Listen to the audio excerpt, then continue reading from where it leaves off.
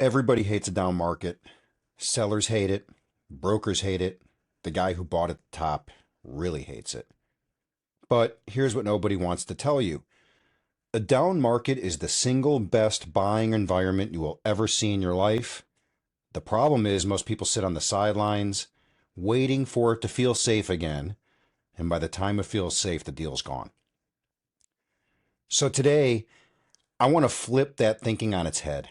I want to talk about how to flip the market to your advantage, what a down market actually hands you, and how to milk it while it's still here, because it won't be here forever. It never is.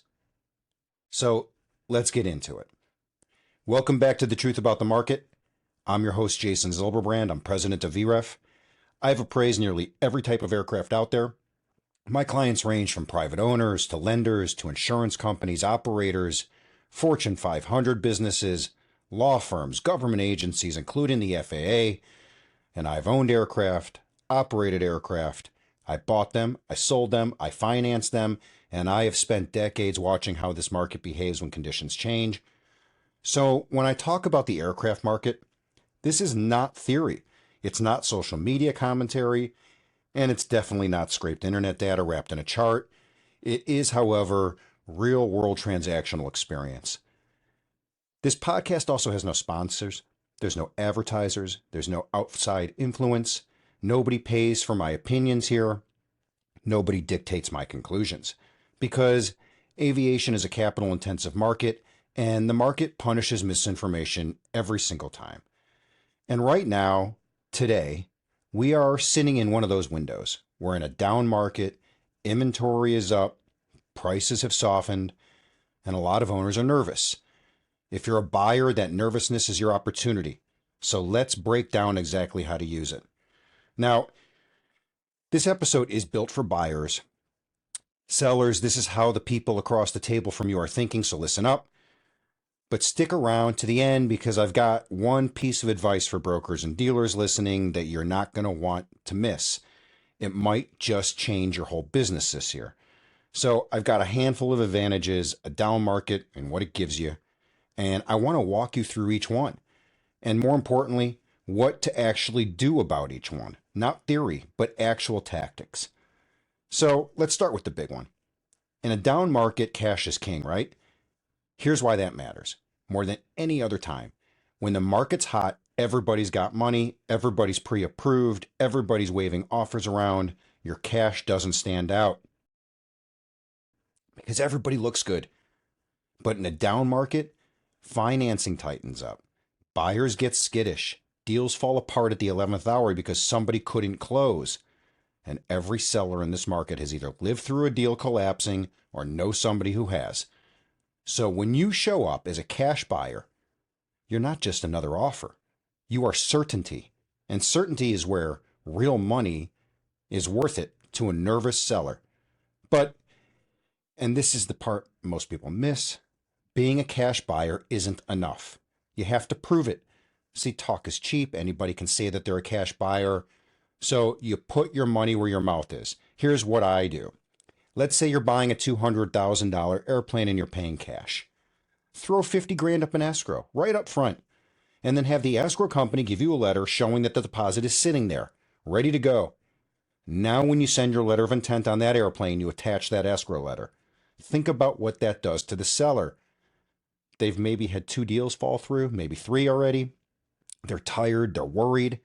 And here comes an LOI with proof of funds, a $50,000 letter with escrow's name on it, just sitting there. That speaks volumes, guys. That tells them this person can perform. This person is serious. This is the deal that's actually going to close. And see, that gives you leverage because now you can ask for a fair number and you can hold a line on it because the seller knows that if they let you walk, they're back to square one with the next tire kicker. But the deposit isn't just earnest money, it's a negotiating weapon. So if you take one thing from this segment, it's in a down market. Don't just be a cash buyer. Be a cash buyer who proves it before you've even been asked. And let me push this one step further for you, because there is a psychology piece here that's worth gold. When a seller is nervous and they're really afraid of its uncertainty, They don't actually know if the next buyer is real. So every signal you can send that removes uncertainty makes you more valuable than the next guy, even if the next guy's offers a little bit more money. I've seen sellers take a lower offer from a proven cash buyer over a higher offer from somebody who needs to talk to the bank. Every single time, certainty wins. Certainty is what closes deals. So your whole job as a buyer in this market is to be the most certain, most boring, most possibly can't fall apart on the seller's desk. That's the deal you want to be. Be the easy yes. And one more thing on cash. Even if you're financing, you can borrow some of this playbook. Get fully underwritten, not just pre-qualified. See, there's a big difference. Pre-qualified means somebody glanced at your app. Fully underwritten means the money is essentially approved and waiting. Get a letter that says that the bank is committed. And now you're closer to looking like a cash buyer than the other finance buyers who you're up against. See, in a soft market, the gap between I think I can get a loan and my loan is approved and sitting here is the gap between losing the deal and winning it. Number 2, down markets have a lot of inventory, and inventory is your friend. When the market's hot, you take what you can get. A plane comes up, you've got 12 hours to decide if you're lucky, and you're competing against 5 other buyers. You don't get to be picky. You get to be lucky, maybe. A down market flips that completely. Now there are airplanes sitting. There's selection. Selection means you get to be choosy, and being choosy is where the money is made. But here's the nuance, and I want you to really hear this. You're not looking for the best aircraft for sale. You're looking for the best aircraft for sale with the best seller who has it for sale. Let me say that again because these are two different things. The airplane and the person selling it are two separate evaluations. You can find a beautiful airplane attached to a nightmare seller, somebody disorganized, someone who's super emotional about the price, somebody whose logbooks are a mess, somebody who's going to fight you on every single dollar for every squawk that has to get fixed. That deal will cost you time, it'll cost you money, maybe a year of your life. What you want is the combination, the best aircraft and the best seller, the seller who's motivated but reasonable. They got their logbooks in order. They've been honest about what's wrong with the plane. They actually want to close and move on. When you find that combination, the right plane with the right person, that's when you can buy an airplane and get a fair deal. And notice I keep saying fair. I'm not telling you to go steal somebody's airplane. We're talking fair. A fair deal is one that closes clean, holds up, and that both sides can live with. In a down market, you have enough inventory to wait for fair instead of settling for painful, and use that. So don't fall in love with the first shiny airplane. You see, in this market, you've got the luxury of patience. Let the inventory work for you. Evaluate the plane and the person and only move when both line up. And here's a tactic that the extra inventory unlocks that you simply cannot do in a hot market. Comparison shopping out loud. When there are 6 similar airplanes for sale, you're no longer negotiating in a vacuum. You can go to the seller and say, look, there are 5 other airplanes just like yours sitting on the market right now. What makes yours worth more? That's not being a jerk, guys. That's the truth of the market, and it's a truth that only exists when inventory is high. In a hot market, that line gets you laughed off the phone because there are no other airplanes. In this market, it's a fact, and facts move price. The other thing inventory does is it tells you how motivated a seller really is. Watch how long a plane has been listed for sale, the days on market. An airplane that's been listed for 3 weeks and an airplane that's been listed for 11 months are two completely different conversations. The 11-month airplane, that seller has lived with disappointment. They've had the dream of a quick sale die a slow death. That's a motivated seller, and motivated sellers make fair deals. So when you're scanning all that inventory, don't just look at the airplanes, look at how long they've been sitting on the market. Time on the market is a tell, and a down market hands you a whole field of tells to read. All right, let's flip it a little bit. Let's talk about segment 3. This is where things get interesting and probably a little spicier. Down markets don't just give you a nice, clean airplane from nice, clean sellers. They also shake loose a whole different category of opportunity. See, there are auctions, there are distressed sales, there are assets floating around that have been sitting on the market for years, planes that nobody touched when times are good, Now suddenly they're motivated to move. And if you're willing to take on some risk, those aircraft can provide serious upside. I mean, real upside, especially, and this is the key, if you're a mechanic yourself, or you know how to do some of this work and you've got a trusted shop and you understand what you're getting into. Because here's the trade. Those distressed and auction airplanes are cheap for a reason. You're not walking into a clean situation. Maybe the logs have gaps. Maybe there's damage. Maybe it's been sitting outside for 3 years and needs top to bottom refurbishing. Maybe the engine's been run out and it needs an overhaul. See, the discount is real, but the flip side is so is the work. So go in with your eyes wide open. You got to budget for the unknowns. You got to pad all of your numbers. Assume you're going to find things because you're going to. See, the mistake people make is they see the cheap price and they fall in love with that number. And they forget that that price is just the entry. It's just the ticket. The real cost is entry plus everything you're going to put into it.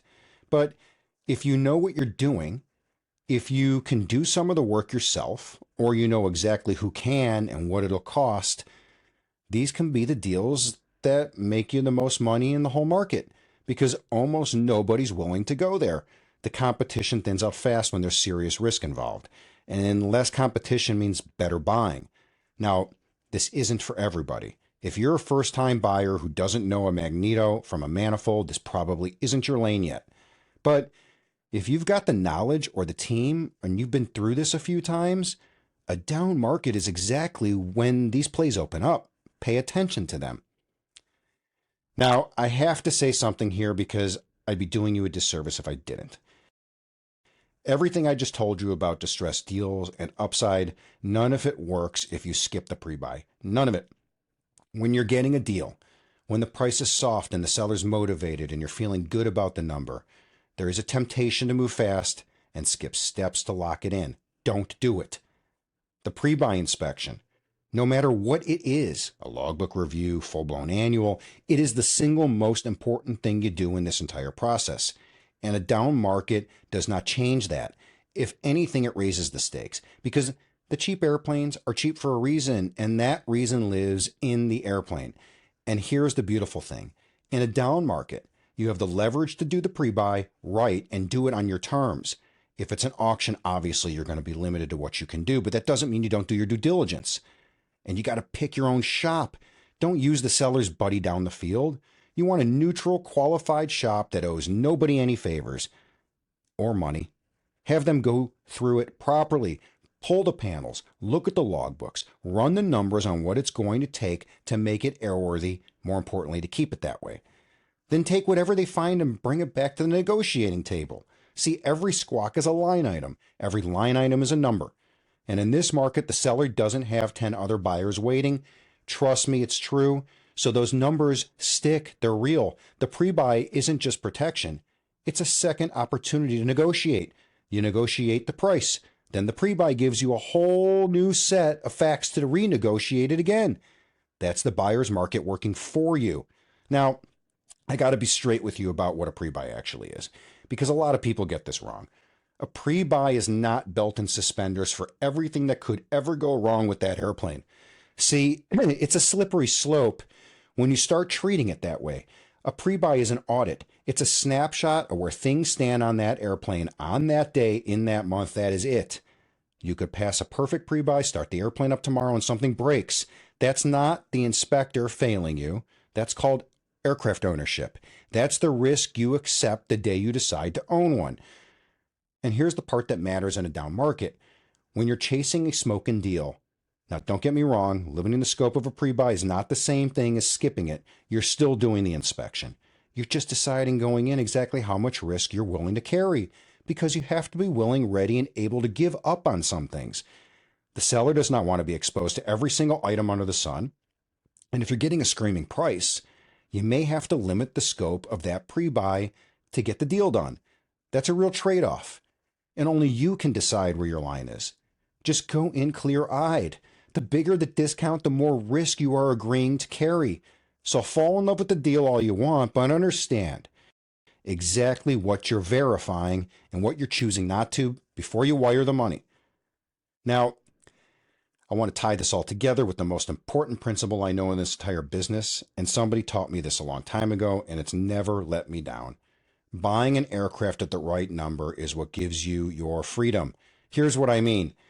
When you buy at the right number, a fair, smart, disciplined number, you give yourself the ability to resell. You're not forced to hold the thing for years and years and years while you wait and pray for the market to climb back up to what you paid.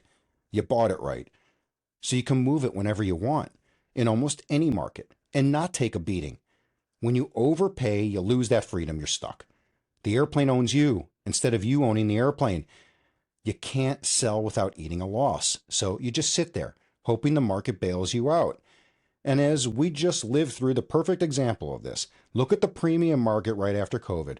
Prices were absolutely vertical. People were paying numbers that made no sense because they were scared the prices would keep climbing and they'd get left behind. And what happened? A lot of those folks who bought at the top at those crazy premium numbers, they are now unfortunately never going to recover their purchase price. They are stuck. They overpaid in a frenzy and the market normalized. And now they're underwater and they can't get out. That's the trap. That's what overpaying does to you. And I'm not telling you this to dance on anybody's grave. Those are real people who got hurt. And a lot of them got hurt because the whole market told them prices only go up. They don't. They never have. Anybody who tells you a market only goes one direction is selling you something. But in a down market, the flip side is of that exact coin. It's the inverse, right? Now, today, you are positioned to be the buyer who gets in at the right number. That's the deal. And if you do that, if you're disciplined, if you use cash, if you pick the right plane and the right seller, if you hold the line on a fair price, then in 5 years, 7 years, 10 years, you should be sitting pretty. You bought low in a soft market, and time is on your side instead of against you. That's the whole game. The people crying about the down market are the people who bought at the top. The people who win in the long run are the ones buying right now, while everybody else is scared. And speaking of the right number, that's exactly what we do at VREF. Before you make an offer, know what the airplane is actually worth, get a real value at VREF, VREF it at vref.com, then go make your deal. All right. I promised you we would get into a playbook, so let's do it because I want to give you some real insight into what to do, not just what to think about. This is hands-on stuff, okay? So first, how do you force somebody to negotiate when they don't want to? This is a big problem and people get stuck on it. The honest answer is you usually can't. Probably not what you wanted to hear. A lot of times you go to buy something from somebody and the personalities just clash. They're standoffish. They don't want to engage. They're not really looking to negotiate, whatever it is. And here's what I do even in my personal life. I move on. Life is too short to get stuck wrestling with somebody who doesn't want to dance. And honestly, when that happens, I take it as the universe looking out for me. Maybe I was too close to the situation. Maybe I wasn't seeing it clearly, so I sleep on it. And 9 times out of 10, the next morning, I've got more clarity. And I'm glad I didn't force it. In a down market, with all the inventory, you do not need to win a fight with a difficult seller. There's another airplane out there. Move on. Second, if you've got mechanical know-how, this is your market, but be honest about your skill set. If you are a veteran, if you've been doing this for years and years, this is the market you've been waiting for. When you find something undervalued that you know will be worth more in a few months or a few years, pounce. Both feet in. Because you know that whatever turns up, you can correct it. But here's the trap, and I see it all the time. People chase things that are delusional. They've got the skill set to handle problem A, and all of a sudden they're buying problem K, problem L. They're skipping 10 steps down the alphabet and taking on way more than they can handle. So recognize what your skill sets are, your mechanical skills, your piloting skills, your financial skills. See, that one's just as important. Don't get in over your head. Which brings me to budget. If you've got $200,000 to spend and you throw all $200K at the purchase, you've left yourself nothing. Nothing for maintenance, nothing for surprises. I'd set aside about 25% of your budget for that stuff, especially in the first 6 to 9 months of ownership, because that's when things surface. Buy the airplane with part of your money, not all of it. Third, make a smart opening offer. It takes 2 to tango. Down market or hot market, it still takes two people to make a deal. The difference is in a hot market, a seller will just ignore you if they don't like your offer because they've got five other buyers. In a down market, your job is to come in serious and reasonable right off the bat, and that means don't lead with an insulting offer. If the airplane is truly worth 150 grand, don't make a fool of yourself and offer 85. They'll throw it straight in the garbage, and I would too. And you've positioned the whole conversation too. Start at maybe 135,000, right? Give yourself room to negotiate, but understand that they're not going to give the thing away. Respect the number and they'll deal with you.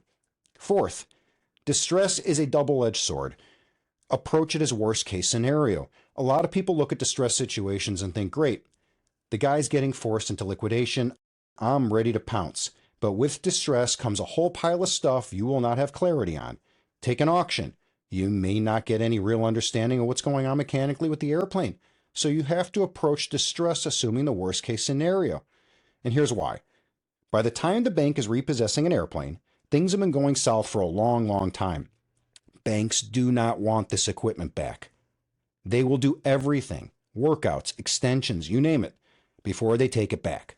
So if it got to repossession, that means they've already exhausted every option, which usually means you're looking at an airplane that is not going to return to service quickly or cheaply. Maybe it's a good deal, maybe it isn't. It depends entirely on the specific situation and, more importantly, the aircraft type. But there is no free lunch. If you're getting a 40 or 50% discount on any aircraft, take that saved cash, set it aside for the budgetary issues that are probably coming in the first 12 months. And not all distressed aircraft are the same. Here's what I'd actually do. If you've got a relationship with a financial institution you've been doing business with for years, call them. Say, put me in touch with the loan officers who handle aircraft loans, because if a plane's coming back and you're going to repossess it, I might be a buyer. Go straight to those lenders, the ones you know, the ones that are local to you, the ones you've already dealt with, that you have relationships with. Sidestep the auction circus entirely. Get on a list so you know when it's going to be available. Okay, now this next part's for the brokers. I promised you guys something. And the more aggressive players listening, because down markets are where dealers and brokers can make a real killing if they're intimate with the market. I don't just mean the economic side, I mean the aircraft itself. Every market is cyclical, every single one. Timing, it is almost impossible. By the time you've recognized what's happened, you're already coming into it or going out of it. That's just part of the game. But let's say you're a broker or a dealer and you play in a specific market. And let's just say a King Air B200 world. Odds are, in the next week or the next couple of months, one of your customers falls on hard times and can't keep their airplane. That, my friend, is an opportunity in disguise. So for all the brokers out there that are screaming how slow it is, flip it. Here's the bigger idea. If you go into a down market without debt, it lets you build a whole new kind of business. You can go from broker to inventory dealer. These are the exact markets where if you've got cash, banking relationships, and credit facilities, you can flip the script and become the guy who buys airplanes and resells them. Not brokering. This is the perfect time to do it. Think about the timing. By the time you buy it, do your refurbishment, get it out of maintenance, the summer's probably over, it's September or October, and guess what? The market's likely back on fire. You can only hold a market down for so long. Things are terrible right now, but they're not going to stay that way. So, this could be the biggest blessing in disguise for a hungry, aggressive broker who wants to become a dealer and has the relationships and the discipline to do it. And I'll tell you, as a former dealer myself, there is no better way to control your own destiny than to take the buyer and the seller out of the equation and own the airplane yourself. Control exactly who you sell it to and for how much. So look, everybody else sees a down market and they see fear, falling prices, nervous sellers, uncertainty. I want you to see what's actually there. Cash that finally matters, inventory that finally gives you choice, distressed deals with real upside, and the chance to buy at a number that sets you free instead of trapping you. A down market is a gift, but it's a gift with a clock on it. If you've been sitting on the sidelines waiting for it to feel safe, I'm telling you, by the time it feels safe, this window is gone. This is your moment. Get your cash ready. Know your skill set. Set aside your reserve. Get disciplined on your number and go make a deal. That's the show for today. If this helped you, please do me a favor. Share it with somebody who's thinking about buying an airplane, because this is exactly the conversation they need to hear right now. And next time, I'm going deeper into why the market feels the way it does right now. I am going to make the case that this isn't a price crash, it's a confidence recession. I'll show you why volume tells the story long before price ever does, and why a lot of the brokers you met back in 2021 are not going to be here in 2027. You won't want to miss it. Until next time, buy right, fly safe. I'll see you on the next one. And this podcast exists for one reason: to analyze aircraft as capital assets without brokerage spin, without manufacturer narrative. And remember, when you need accurate, defensible, and data-driven aircraft values, there's only one name in the industry to trust. That's VREF. Visit vref.com to get started today. The market is moving. It's just not moving where they're looking. I'm Jason Zilberbrand, and this is the truth about the market. Until next time, fly safe and stay smart.